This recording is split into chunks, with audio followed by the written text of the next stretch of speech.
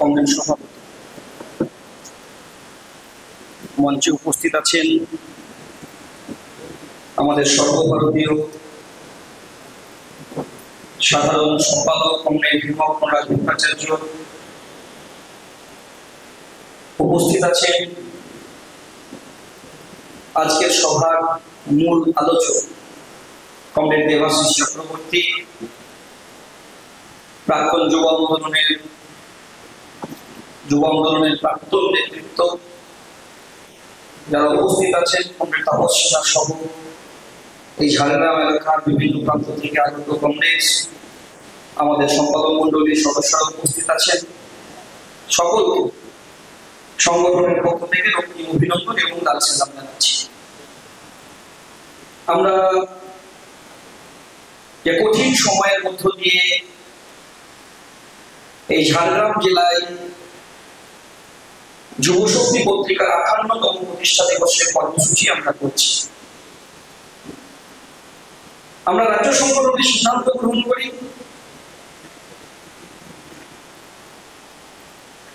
এবারের যুবশক্তি পত্রিকার 58তম প্রতিষ্ঠা দিবসের কর্মসূচি একটা জঙ্গলের দিকে ঝাড়গ্রামে করব আর একটা দার্জিলিং এর পাহাড়ে করব। প্রতিদিন যেভাবে বিভাজন, মানুষকে ভাগ করা, ধর্মের ভিত্তিতে, জাতির ভিত্তিতে, বর্ণের ভিত্তিতে, তাই আমরা ঐক্যের কথা বলছি। বিভাজনের বিরুদ্ধে, সাম্রাজ্যবাদের বিরুদ্ধে প্রতিদিনের লড়াইকে আমরা তীক্ষ্ণ করতে চাইছি। আজ 23শে জুলাই 2025, 58তম যুবশক্তি পত্রিকার প্রতিষ্ঠা দিবস। 57টা বছর ধরে যুবশক্তি সংগঠনের ভূমিকা পালন করেছে এবং সংগঠনকে গড়ে তোলার কাজে হাতিয়ার হিসাবে কাজ করেছে আমাদের এই যুবশক্তি পত্রিকা। যে সংগঠনকে মতাদর্শ রাজনীতিভাবে দৃঢ় ও মজবুত করতে আমাদেরকে প্রতিদিন শিখিয়েছে। এই চটি পাতলা একটা বই, যার প্রতিটি কালো অক্ষরগুলো আমাদের প্রতিদিন চেতনায় আঘাত করে, হাতুড়ি পেটায়, সাহসী ও মতাদর্শকে বলিয়ান প্রতিদিন আমাদেরকে সচেতন করে, আমাদেরকে শিক্ষা দেয়। এই অর্থনৈতিক, রাজনৈতিক, সামাজিক জটিল, ঘোরালো, অস্থির পরিস্থিতির মধ্যে দাঁড়িয়ে আমাদেরকে প্রতিদিন শিক্ষিত করতে সাহায্য করে আমাদের এই যুবশক্তি পত্রিকা। সিদ্ধান্ত নিতে, সঠিক সময়ে নির্বাচন করতে, রাজনৈতিকভাবে আমাদের সচেতনতা বাড়ায় আমাদের যুবশক্তি পত্রিকা। একটার পর একটা রাজ্যের সম্মেলন হয়, যুবশক্তির এডিটোরিয়াল বোর্ড তৈরি হয়, এডিটোরিয়াল বোর্ডের নামগুলো বদলে যায়, পাতাগুলো বদলে যায়, কিন্তু বদলায় না মতাদর্শ এবং সংগ্রামের কথা, যা প্রতিদিন যুবশক্তি পত্রিকা আমাদেরকে এগিয়ে নিয়ে যেতে সাহায্য করে। এই সত্যের প্রতিকূলে চলতে চলতে, হাঁটতে হাঁটতে আমাদের সাহস, আমাদের দৃঢ়তা তৈরির কাজ করে যুবশক্তি পত্রিকা। আমাদের যে সমাজতন্ত্রের লড়াই, সেই লড়াইকে এগিয়ে নিয়ে যাওয়ার জন্য যুবশক্তি পত্রিকা বর্তমান সময়ে আমাদের কাছে একটা গুরুত্বপূর্ণ ভূমিকা পালন করে। এই 75 সাল থেকে সালে আধা ফ্যাসিবাদী সন্ত্রাসের বিরুদ্ধে লড়তে লড়তে সেই একটা সময় 75 সালে যুবশক্তি পত্রিকার সর্বোচ্চ গ্রাহক সংখ্যা বেড়েছে। আজকে এই অন্ধকারের সময়েও দাঁড়িয়ে আমাদের যুবশক্তি পত্রিকার গ্রাহক সংখ্যা বাড়ে এবং এই গ্রাহক সংখ্যাকে আরো বাড়াতে হবে। আমাদের রাজ্য সম্মেলনে কয়েকদিন পরে আমরা সিদ্ধান্ত গ্রহণ করি যে গোটা রাজ্যে আমরা যুবশক্তি পত্রিকার গ্রাহক সংগ্রহ করব।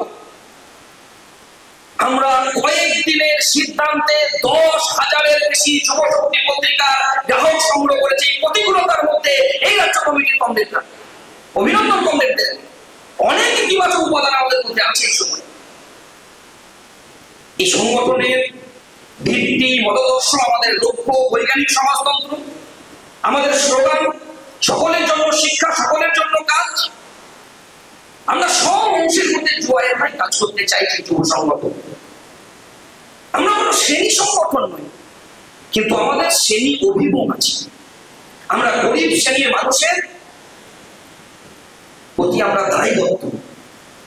আর এই দায়বদ্ধতার জায়গায় থেকে গণতন্ত্রের যে বিশ্বাসী যুবরা নিশ্চয় এই সমাজ ব্যবস্থার পরিবর্তনের সংগ্রামে আত্মনিয়োগ করবেন এবং সংগ্রামকে সার্থকভাবে এগিয়ে নিয়ে যাবে। শ্রমজীবী মানুষের আন্দোলনে সক্রিয়ভাবে সহযোগিতা করবে। আর সেই কাজ করার ক্ষেত্রে প্রতিদিন যুবশক্তি পত্রিকা আমাদেরকে সাহায্য করে। এই কথাটা জ্যোতি বসু লিখে গিয়েছিলেন আমাদের যুবশক্তি পত্রিকায়। প্রতিদিন আমরা লড়ছি। নায়া উদারবাদের যুগে দুনিয়া জুড়ে যে মানুষের রুটি রুচির উপর সংকট, এই সংকট থেকে আমরা বেরোতে পারছি। এই সংকটটা পুঁজিবাদের সংকট। আর পুঁজিবাদের সংকটের আসল ব্যবস্থা এই সংকটটা থেকে বেরোতে পারছেন এই কারণে, কারণ প্রতিদিন যেভাবে সংকট বাড়ছে আর এই সংকটের ফলে পশ্চিমবাংলায় গোটা ভারতবর্ষের মাটিতে বেকাররা কাজ হারাচ্ছে, ছদ্মবেশী বেকার বাড়ছে। সকালবেলায় টোটো চালাই তো বিকেল বেড়াতে গিয়ে সে ওলা উবেরের কাজ করছে, সকালবেলায় কৃষি কাজ করছে, বিকেল বেলায় টোটো চালাচ্ছে। প্রতিদিন এই ছদ্মবেশী বেকারের সংখ্যা বাড়ছে, গৃহ ওয়ার্কারের সংখ্যা বাড়ছে, জীবনের নিরাপত্তা নেই। কাজ না পাওয়ার যন্ত্র নিয়ে পেটে খিদে নিয়ে পেটে গামছা বেঁধে অন্য রাজ্যে কাজ করতে গেছে একটু কাজের জন্য, সেখানে গিয়ে নিরাপত্তা নেই। প্রতিদিন বাংলার যুবকদেরকে আক্রমণের শিকার হতে হচ্ছে। যারা পরিযায়ী শ্রমিক হিসাবে অন্য রাজ্যে কাজ করছেন তাদেরকেও আক্রমণের শিকার হতে হচ্ছে। আমরা রাজ্য কমিটি বলেছি এই পরিযায়ী শ্রমিকদের পাশে থাকতে হবে। লোকাল কমিটি ভিত্তিক চেষ্টা করতে হবে, আমাদেরকে ব্লক ভিত্তিক চেষ্টা করতে হবে। অন্য রাজ্যে যে পরিযায়ী শ্রমিকরা কাজ করছে তাদের নামের তালিকা, হোয়াটসঅ্যাপ নাম্বারের গ্রুপ তৈরি করে তাদের সঙ্গে একটা যোগাযোগের মাধ্যম আমাদেরকে তৈরি করা দরকার। প্রতিদিন আজ থেকে 20 বছর আগে সংগঠন করাটা যতটা সহজ কাজ ছিল, আজকের সময়ে দাঁড়িয়ে এই সংগঠন করার কাজটা আরো কঠিন হচ্ছে। প্রতিদিন প্রজন্ম বদলাচ্ছে। গ্রামে পাড়ার মাচায় যুবকদেরকে দেখা যাচ্ছে না। এই ঝাড়গ্রামের মতো যদি জায়গা দেখেন, এখান থেকেও প্রতিদিন পরিযায়ী শ্রমিক অন্য রাজ্যে কাজ করতে চলে যাচ্ছে। গ্রামের মাচায় ঘাস বেরিয়ে যাচ্ছে, খেলার মাঠগুলো শূন্য হয়ে যাচ্ছে। খেলার মাঠের কোণে এ রাজ্যের সরকার, দেশের সরকার নেশার চক্র খুলে দিচ্ছে। একটা মোবাইলের মধ্যে, সোশ্যাল মিডিয়ার দুনিয়ার মধ্যে একাকিত্ব থাকার মতো একটা মানসিকতা তৈরি করছে গোটা রাজ্য। এই জায়গায় দাঁড়িয়ে আমাদের যুব সংগঠন করাটা বর্তমান সময়ে খুব চ্যালেঞ্জ। আর এই চ্যালেঞ্জ আমরা গ্রহণ করতে চাইছি। একদিকে বিজেপির বিরুদ্ধে, একদিকে তৃণমূলের বিরুদ্ধে লড়াই করব। আজকের সময়ে দাঁড়িয়ে এই ঝাড়গ্রাম জেলায় অনেক ইতিহাসে লড়াই আন্দোলন গোটা রাজ্য জুড়ে আমাদের কমরেডরা লড়াই করে সংগঠনকে বাঁচিয়ে রেখেছে, টিকিয়ে রেখেছে। যে জায়গায় আমাদের আজকে এই রাজ্যের প্রোগ্রাম হচ্ছে, গোটা ঝাড়গ্রাম জেলার গণ আন্দোলন, যুব আন্দোলন, সমস্ত গণসংগঠনের কমরেডরা যেভাবে সাহায্য করেছেন, আমরা পশ্চিমবঙ্গ রাজ্য কমিটির পক্ষ থেকে অভিনন্দন জানাচ্ছি। যে কোন সন্ত্রাসের আতুর ঘর থেকে বেরিয়ে এসে এই সময় ঝাড়গ্রাম জেলার যুব শক্তির পত্রিকার প্রতিষ্ঠা দিবসের প্রোগ্রামকে সাফল্যমণ্ডিত করার জন্য কমরেডরা এগিয়ে এসেছেন। আমরা বারবার একটা কথা বলি যে একমাত্র ওরা ভয় পায় মেহনতি খেটে খাওয়া মানুষের দিয়ে। যখন মেহনতি খেটে খাওয়া মানুষ মাজায় গামছা বেঁধে ঝান্ডাটা নিয়ে পঞ্চায়েতের গেট থেকে, পৌরসভার গেট থেকে সাম্রাজ্যবাদের বিরুদ্ধে, পুঁজিবাদের বিরুদ্ধে, আর এই রাজ্যের গুন্ডারা, এই রাজ্যের দুষ্কৃতিরাজের বিরুদ্ধে যখন মাথা তুলে দাঁড়াবে, সেটা দাঁড়াতে পারে একমাত্র মেহনতি খেটে খাওয়া মানুষ। যারা মাজায় গামছা নিয়ে যখন দাঁড়াবে, পৃথিবীর কোনো শক্তি নেই এই মাজায় গামছা বাঁধা মানুষগুলোকে পৌঁছে দিতে পারে। তার জ্বলন্ত উদাহরণ হচ্ছে ঝাড়গ্রাম। এই ঝাড়গ্রামে একটা সময় ছিল এই ধরমপুরের শালবনিতে একই দিনে 14 জন মানুষকে গ্রাম থেকে তুলে নিয়ে গিয়েছে। তার মধ্যে 12 বছরের একজন বাচ্চা ছেলে, মাওবাদী নাম করে যারা পরবর্তীতে তৃণমূলের নেতা, তাদের লাশ তুলে নিয়ে যাওয়ার পরে লাশ এখনো খুঁজে পাওয়া যায়নি কারোর। আমরা ওই গ্রামে যখন গেলাম, একজন বিধবা বেশে একজন মা আমাকে বলছে যে আমি আজকে কেন বিধবার বেশে আছি জানেন? আমি আমার স্বামীর দেহটা পাইনি ঠিকই, কিন্তু নদীর ধারে যখন আমি যাই দেখলাম একটা কঙ্কাল পড়েছিল, আর আমার স্বামীর অপারেশন করার সময় ফিমার হাতটা বদলে একটা লোহার রড ঢুকিয়ে দেওয়া হয়েছিল।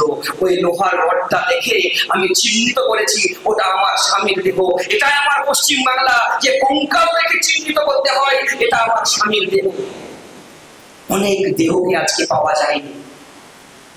ধরমপুরের পার্টি অফিসের সামনে বাচ্চা ছেলে 20 দিন ধরে শালকুশোরের লাশটাকে ফেলে রেখেছে তৃণমূল কংগ্রেস। একটা লাশকে প্রতিদিন পশু পাখিতে খাইয়ে দিয়েছে, বলেছে যে এই দেহটাকে শ্মশানে নিয়ে যাবে, দাহ করতে যাবে, তাকে গুলি করে হত্যা করবে। তার মধ্যে দাঁড়িয়ে এই ঝাড়গ্রাম জেলা কংগ্রেস আজকে প্রোগ্রামে মাথা উঁচু করে দাঁড়িয়েছে। শিখতে হবে লড়াই, গোটা রাজ্যের মানুষকে শিখতে হবে ঝাড়গ্রাম জেলার কংগ্রেসের লড়াইকে। একই ঘরের মধ্যে যারা আজকে তৃণমূলের নেতা মাওবাদী সেজে মাকে মেয়েকে ধর্ষণ করেছে, আমার বোনকে ধর্ষণ করার পর যৌনাঙ্গে গুলি করেছে জেলায়, একটার পর একটা ঘটনা আছে। গাছে বেঁধে গুলি করতে করতে মেরে দিয়েছে, ল্যান্ডমাইন বিস্ফোরণ করেছে। আমাদের কমরেডদেরকে 12 বছর 13 বছর ধরে জেলে ভরে রেখেছে। 10 বছর 11 বছর জেল কাটার পরেও কমরেড আজকে বেরিয়ে আসছে। শিখতে হবে। আমাদের রাজ্যের কমরেডরা জেলের মধ্যে পত্রিকাকে পড়ার জন্য জেলে অনশন করেছে। প্রতিদিন আমরা শিখছি, আমাদেরকে শিখতে হবে।